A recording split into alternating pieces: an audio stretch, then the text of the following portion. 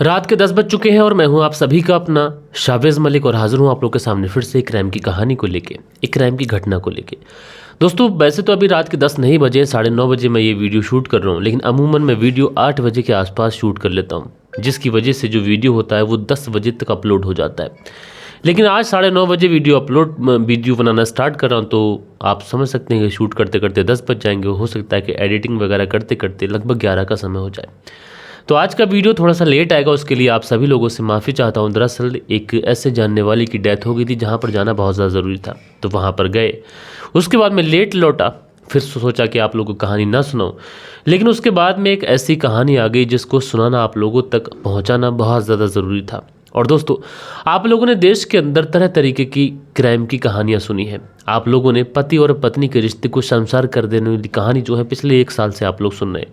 चाहे वो मुस्कान रस्तोगी हो जिसने अपने पति को नीले ड्रम के अंदर पैक करा दिया, चाहे उसके बाद में एक और महिला हो जिसने उसको अपने पति को सांप से डसा दिया, चाहे उसके बाद में एक महिला वो हो जो महिला जिसने अपने पति को शादी के महज 10 से 15 दिन के बाद में ही सुपारी देकर कत्ल करा दिया, चाहे उसके अलावा जो अभी हाल ही में राजा रघुवंशी का केस है जो इंदौर का, वो बहुत ज़्यादा इस समय चर्चा में चल रहा है।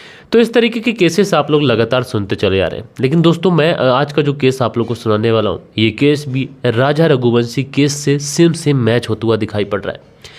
तो दोस्तों, इस पूरी कहानी को सिलसिलेवार तरीके से मैं आप लोगों को सुनाऊंगा, लेकिन आप लोगों से दरख्वास्त है, आप लोगों से रिक्वेस्ट है कि अगर आप लोग चैनल पर पहली बार आए हैं तो चैनल को ज़रूर सब्सक्राइब कर लें। साथ में जो बेल आइकन रहता है उस बेल आइकन को ज़रूर प्रेस कर लें, ताकि आने वाली जितने भी वीडियोस हमारे रहते हैं वो सारे के सारे वीडियोस आप लोग को मिलते रहें और आप लोग क्राइम की स्टोरीज से अवगत रह सकें। दरअसल दोस्तों, बात करूँ अगर मैं आज की इस कहानी की, तो आज की कहानी की शुरुआत होती है राजस्थान से, और इसी राजस्थान के अंदर एक ज़िला लगता है अलवर ज़िला। और दोस्तों, इसी अलवर ज़िले के अंतर्गत एक थाना आता है खड़ली कस्बा थाना, और ये जो खड़ली कस्बा थाना है, इसी खड़ली कस्बा थाने के अंतर्गत एक व्यक्ति रहा करता है जिसका नाम है वीरू जाटव। उम्र लगभग इसकी 32 साल के आसपास है और इसको मान सिंह नाम से भी जाना जाता है। यानी वीरू जाटव का जो निक नेम है वो मान सिंह भी है, इसलिए जो वीरू जाटव है वो अपने पूरे एरिया के अंदर मानसिक नाम से बहुत ज़्यादा फेमस है। और इसकी एक पत्नी भी है जिसका नाम अनीता है, और इसका एक 9 साल का बेटा है। पूरा परिवार जो है वो हंसी खुशी अपनी ज़िंदगी बिताता है। जो वीरू जाटव है, 32 साल इसकी उम्र है, ये टेंट का व्यापारी है, कारोबारी है, अच्छा खासा बिजनेस चलता है, पैसे की कोई टेंशन है नहीं, पैसे की कोई प्रॉब्लम नहीं है। दूसरी तरफ जो वीरू जाटव की पत्नी अनीता है, ये भी एक जनरल स्टोर चलाती है। पास ही में खेड़ली एक जगह है, वहीं पर एक जनरल स्टोर चलाती है छोटा सा। तो परिवार में कहा जाए तो पैसों की कोई दिक्कत नहीं है। वीरू जाटव का अपना टेंट का बिजनेस है, वो भी अच्छा चल रहा है, और जो पत्नी अनीता है ये भी खेड़ली में एक जनरल स्टोर चलाती है, तो यहाँ से भी पैसा अर्न होता है, यानी पैसे की कोई दिक्कत नहीं है। उसके बाद में दोस्तों एक तारीख आती है 7 जून साल 2025, और इसी 7 जून साल 2025 को सुबह के तकरीबन 7 से 8 बजे के आसपास जैसे ही अनीता की आंख खुलती है तो वो देखती क्या है कि उसका जो पति है वीरू जाटव, ये कोई भी रिस्पॉन्स नहीं कर रहा है, न वो सांस ले रहा है, और ऐसा उसका जो जिस्म है वो भी अस्त व्यस्त पड़ा हुआ है। अब ऐसे में अनीता परेशान होती है, अपने पति को जगाने की कोशिश करती है, हिलाने ढुलाने की कोशिश करती है, लेकिन दोस्तों पति जो वीरू जाटव होता है शायद कोई भी रिस्पॉन्स नहीं देता है। अब पत्नी जो अनीता होती है उसको ये लगता है कि शायद उसके पति को साइलेंट हार्ट अटैक आया है। अब हार्ट अटैक आया है तो क्या करे, नब्स पकड़ के देखी है तो नब्स भी नहीं चल रही है, लिहाजा घबराई हुई, सहमी हुई अपनी भाभी को कॉल करती है, और भाभी को कॉल करने के बाद में कहती है कि दरअसल जो मेरे पति वीरू जाटव हैं उनको हार्ट अटैक आया है, और उनका जो जिस्म है उसमें कोई भी रिस्पॉन्स नहीं है। भाभी, मुझे बहुत ज़्यादा डर लग रहा है, आप भैया को लेकर जल्दी से आ जाओ। अब उसके बाद में जो भाभी थी वो अपने पति गब्बर जाटव को बताती है, जो गब्बर जाटव जो वीरू जाटव का भाई था। उसके बाद में ये जो वीरू जाटव की पत्नी अनीता थी वो भी अपने तमाम रिश्तेदारों को, सबको कॉल कर देती है कि उसके जो पति हैं उनको साइलेंट हार्ट अटैक आया है, और शायद जिसकी वजह से उनकी मौत हो गई है। देखते ही देखते जो वीरू जाटव होते हैं उनके घर लोगों का हुजूम लग जाता है। जो गब्बर जाटव थे वो भी बेचारे पहुंचते हैं कि भाई की इस तरीके से रहस्यमय तरीके से मौत हो जाना। गब्बर जाटव को तो बहुत बड़ा धक्का लगता है, क्योंकि उनके उन भाई के सिवा और कोई था ही नहीं। लिहाजा गब्बर जाटव मन ही मन परेशान है, लेकिन करें तो करें क्या, जाए तो जाए कहाँ।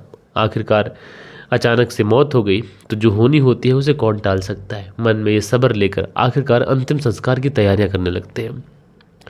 अब दोस्तों वीरू जाटव की अंतिम संस्कार की तैयारियां हो रही हैं। मेहमान वगैरह इकट्ठे हो चुके हैं, सारे ही लोग आ चुके हैं। अंतिम संस्कार की जो भी प्रक्रियाएं होती हैं उन सारी चीज़ों की तैयारियां की जा रही हैं। लेकिन इसी बीच में जो गब्बर जाटव होता है, वीरू जाटव का भाई, उसकी नज़र अपनी भाई की गर्दन पर पड़ती है, जिस पर उसे कुछ निशान सा दिखाई पड़ता है और उसको अपने भाई के जिस्म पर कहीं कहीं चोटों और खरोचों के निशान भी दिखाई पड़ते हैं। अब जैसे ही ये चीज़ें गब्बर जाटव को दिखाई पड़ती हैं, वो इस मामले में चुपके से पुलिस को फ़ोन कर देता है। वो कहता है कि साहब, मेरे जो भाई है, मेरी जो भाभी है, वो बता रही है कि मेरे भाई की मौत हुई है और अचानक से मौत हुई है, उनको हार्ट अटैक आया है। लेकिन मुझे क्यों ऐसा लग रहा है कि मेरे भाई का मर्डर किया गया है, क्योंकि मुझे उनके गर्दन पर, उनके जिस्म पर कहीं कहीं जो चोट है उसके निशान दिखाई पड़ रहे हैं। साहब, आप एक बार ऐसा कर लिए कि डेड बॉडी का पोस्टमार्टम करा लिए। अब जैसे ही पुलिस को ये बात पता चलती है तो पुलिस की एक टीम जो होती है तुरंत फौरन में मौके वारदात वाली जगह पर पहुंचती है। वहां से डेड बॉडी को अपनी कस्टडी में लेती है। हालांकि कुछ लोग ये भी बोल रहे थे कि अंतिम संस्कार हो रहा है तो हो जाने दीजिए, लेकिन पुलिस इस पूरे मामले में गब्बर जाटव के कहने पर आई थी।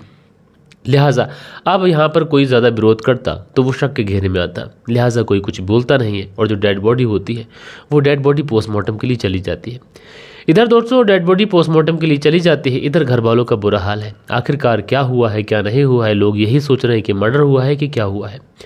लिहाजा उसके बाद में आखिरकार डेड बॉडी परिवार वालों को सौंप दी जाती है और उसके बाद में जो पोस्टमार्टम की रिपोर्ट होती है वो पोस्टमार्टम की रिपोर्ट आती है।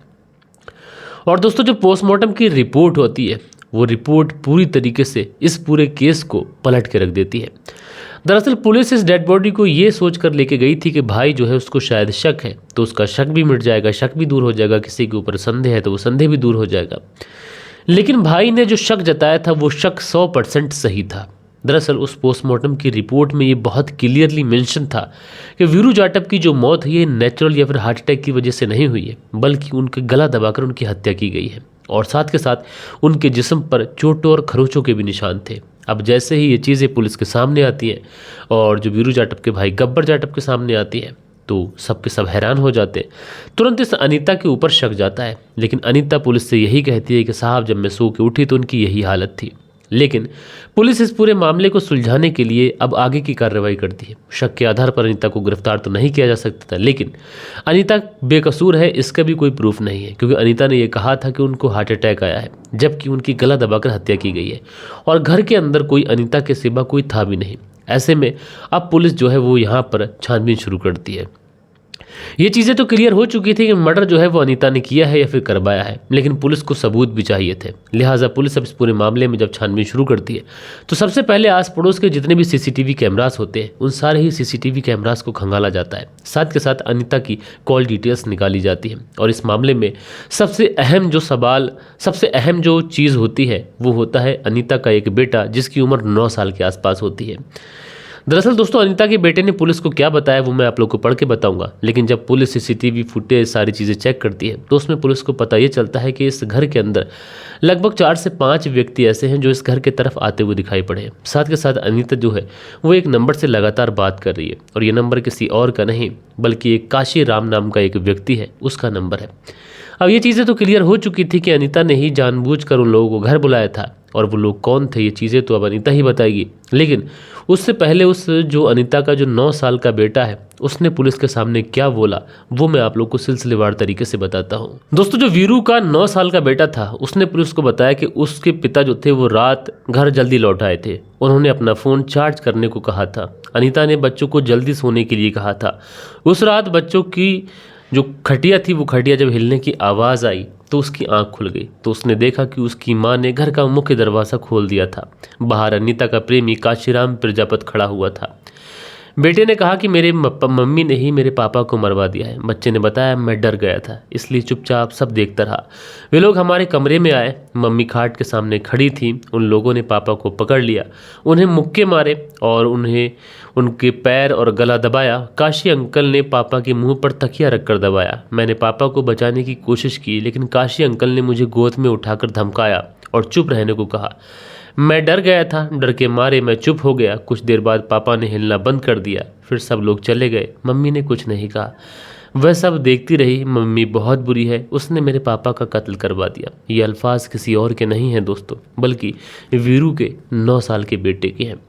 अब जैसे ही ये चीज़ें पुलिस के सामने कन्फर्म हो जाती हैं कि कातिल कोई और नहीं बल्कि अनीता है, तो पुलिस जो थी वो अनीता और उसके साथ में काशीराम और ब्रजेश जाटव इन 3 लोगों को गिरफ्तार करती है। साथ के साथ विष्णु, नवीन और चेतन, ये 3 लोग फरार हो जाते हैं। अब पुलिस जो थी वो अनीता को जब पुलिस थाने लेकर पहुंचती है और उससे उसके पति वीरू के कत्ल के पीछे की वजह पूछती है, और उसके बाद में दोस्तों जो पूरी कहानी निकल के आती है, उस कहानी को आप लोग सुनेंगे तो आप लोग बड़ा हैरान हो जाएंगे। दरअसल जो अनीता थी ये पहले से शादीशुदा थी और तलाकशुदा थी। इसका एक बेटा भी था, और जो वीरू जाटव था इसकी भी पहले वाली पत्नी से ये भी दूर हो चुका था। और इसी बीच में अनीता और वीरू की मुलाकात होती है। और दोस्तों अनीता और वीरू की जब मुलाकात होती है तो दोनों एक दूसरे से प्यार करने लग जाते हैं। अब जब दोनों एक दूसरे से प्यार करने लग जाते हैं तो उसके बाद ये शादी का सोचते हैं, क्योंकि वीरू भी अपनी पहली वाली पत्नी से अलग हो चुका था, उधर अनीता का भी तलाक हो चुका था, तो दोनों को एक दूसरे के सहारे की बहुत ज़्यादा ज़रूरत थी। तो कोई ज़्यादा फाउंडेशन, कोई ज़्यादा ऐसा प्रतिबंध भी नहीं था इनके ऊपर, ये लोग शादी कर लेते। शादी होने के बाद में ये दोनों अपने अच्छे तरीके से अपनी ज़िंदगी बिताना शुरू करते हैं। इसी बीच में जो अनीता थी ये खेड़ली में एक जनरल स्टोर खोल लेती है, और वहीं पर ये जो काशीराम था ये कचौड़ी का ठेला लगाया करता था। काशीराम कचौड़ी का ठेला खेड़ली में लगाया करता था और वहीं पर अनीता का जनरल स्टोर था। तो काशीराम और अनीता दोनों एक दूसरे से वहीं पर मिला करते थे, और इन्हीं मुलाकातों के दौरान कब इन दोनों के बीच में नाजायज़ ताल्लुकात बन जाते हैं किसी को कानो कान खबर नहीं लगती।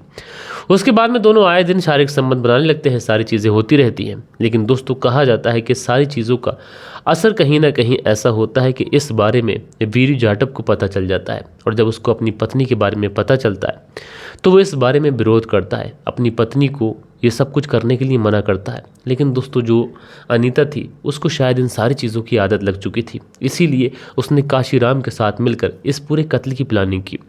उसने अपने पति को मारने के लिए 2 लाख रुपए की सुपारी दी। इसमें ब्रजेश जाटव, विष्णु, नवीन, चेतन, ये सारे लोग मिले हुए थे। इनको 2 लाख रुपए की सुपारी दी। उसके बाद में 7 जून साल 2025 को जो अनीता थी ये अपने घर में अपने पति के साथ में सोई हुई थी, और उसी दौरान इसने अपने घर का गेट, अपनी यानी मेन गेट जो दरवाज़ा था वो दरवाज़ा खुला रखा था। उसके बाद में ये काशीराम को कॉल करती है कि पति सो चुके हैं, तुम लोग आ जाओ। अब जो काशीराम होता है वो अपने इन दोस्तों को लेके, अपने इन साथियों को लेकर घर में पहुंच जाता है, और उसके बाद में सोते हुए इस वीरू जाटव की बहुत ही बेरहमी के साथ में पहले तो ये पिटाई करते हैं, लास्ट में घूंसों से मारकर उसे बेहोश करते हैं, और उसके बाद गला दबाकर उसकी हत्या कर देते हैं, और उसके बाद वहाँ से चले जाते हैं।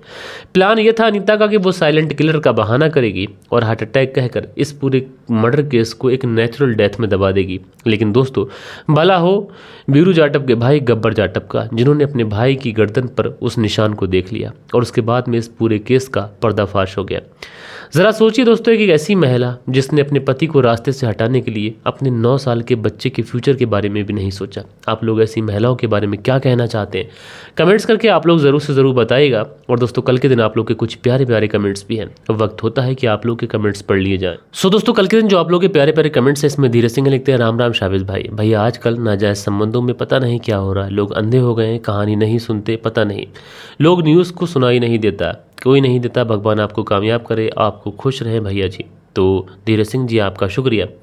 राजेश कुमार लिखते हैं, वेरी नाइस स्टोरी भाईजान, मैं हूँ राजेश ठाकुर, हरियाणा फतेहाबाद से आपकी कहानी सुनता हूँ, सुनाने का अंदाज़ बहुत अच्छा है। तो राजेश कुमार जी मेरे भाई आपका शुक्रिया। मंसूरी भाईजान लिखते हैं, भाई जी आपकी कहानी सुनाने का अंदाज़ बहुत अच्छा है। मंसूरी भाईजान जी शुक्रिया। दिनेश कुमार लिखते हैं, नमस्कार मलिक भाई साहब, बढ़िया कहानी है, आपका अंदाज़ बहुत बढ़िया है। तो दिनेश कुमार जी भैया नमस्कार, शुक्रिया आपका। उसके बाद में रईस जी ब्लॉग हैं लिखते हैं, थैंक्स मलिक भाई कल मेरे फर्स्ट कमेंट पढ़ने के लिए। I am Rais Ahmed from Delhi, बहुत अच्छा अंदाज़ है आपका स्टोरी सुनाने का। तो रईस अहमद जी बहुत बहुत शुक्रिया। और उसके बाद में अगला जो कमेंट्स है ये अबू जाहिन लिखते हैं, in all video same to same thumbnail. तो Abu Jahin ji same to same तो नहीं है, जो कहानी होती है फ़ोटो मेरा सेम ही रहता है, बाकी जो कहानी होती है उसकी आप टाइटल पढ़ सकते हैं। शील निधि हैं लिखते हैं, क्राइम स्टोरी समाज को संदेश देती है कि क्राइम का रास्ता ज़िंदगी तबाह कर देता है, ज्ञानवर्धक चैनल है भाइयों। तो शील निधि शर्मा जी आपका शुक्रिया। राजू सोलंकी लिखते हैं, मलिक भाई जैसी करनी वैसी भरनी, नाइस स्टोरी भाई, लव यू। तो राजू सोलंकी जी शुक्रिया आपका। ए के खान लिखते हैं, सुपर स्टोरी भाई, तो ए के खान जी शुक्रिया। मंसूरी भाईजान लिखते हैं, भाई जी आपकी सादगी लाजवाब है माशाल्लाह। तो मंसूरी भाईजान जी शुक्रिया भाई आपका। मंसूरी भाईजान आगे लिखते हैं, अस्सलाम वालेकुम भाई जी, हम आपकी कहानी को सऊदी अरब से सुनते हैं। तो वालेकुम सलाम जी भाई आपका बहुत बहुत शुक्रिया। पी के शर्मा लिखते हैं, नाइस स्टोरी। तो पी के शर्मा जी शुक्रिया आपका। उसके बाद में राशिद खान लिखते हैं, अस्सलाम वालेकुम, नाइस स्टोरी। तो भाई वालेकुम सलाम, शुक्रिया आपका। एम डी कासिम लिखते हैं, गुड स्टोरी भाई। तो एम डी कासिम जी शुक्रिया। स्माइलिंग व्यूवर लिखते हैं अस्सलाम वालेकुम भाईजान, कैसे हैं आप? बिग फैन भाईजान, love you bro, all the best. तो भाई वालेकुम सलाम, शुक्रिया आपका। दिनेश कुमार लिखते हैं आपका अंदाज़ बहुत बढ़िया है। तो दिनेश कुमार जी भैया शुक्रिया आपका। शिरेन शर्मा लिखते हैं मलिक भाई आपकी कहानियों की लत लग गई है, बिना सुने नींद नहीं आती। तो शिरेन शर्मा जी मेरे भाई आपका शुक्रिया। उसके बाद में जेके अंसारी हैं जो हार्ट बनाते हैं, शुक्रिया। उसके बाद में दिनेश कुमार लिखते हैं my wife also your like your story. तो दीप का भी बहुत बहुत शुक्रिया, आपकी जो वाइफ है।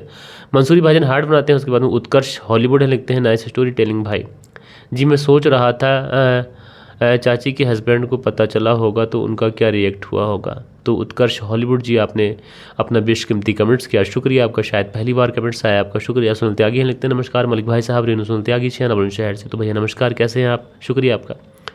बारिश बिहारी लिखते हैं मलिक साहब जी नमस्कार सर जी, चाची माँ और में क्या अंतर होता है, लेकिन आजकल के बच्चों को कुछ नहीं पता। तो बारिश बिहारी जी भैया नमस्कार, शुक्रिया आपका। गंगा लिखते हैं इंसान हैवान में अंधे हो गए हैं, कल आपने सारे रिश्तों की मर्यादाएं ख़त्म करती जा रही हैं।